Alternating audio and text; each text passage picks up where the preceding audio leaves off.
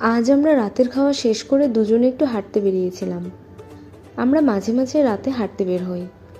তখন সময় প্রায় রাত 11:30 থেকে 12টা হবে। ভাবছিলাম এত রাতে হয়তো রাস্তায় খুব একটা মানুষ থাকবে না, কিন্তু বেরিয়ে দেখি রাস্তায় এখনও অনেক ভিড়। বাজারের দিকটা একেবারে জমজমাট, দোকানপাট খোলা, মানুষের কোলাহল। আমরা সেই ভিড়ের মাঝে ধীরে ধীরে হাঁটতে লাগলাম, চারপাশের দৃশ্য উপভোগ করতে করতে।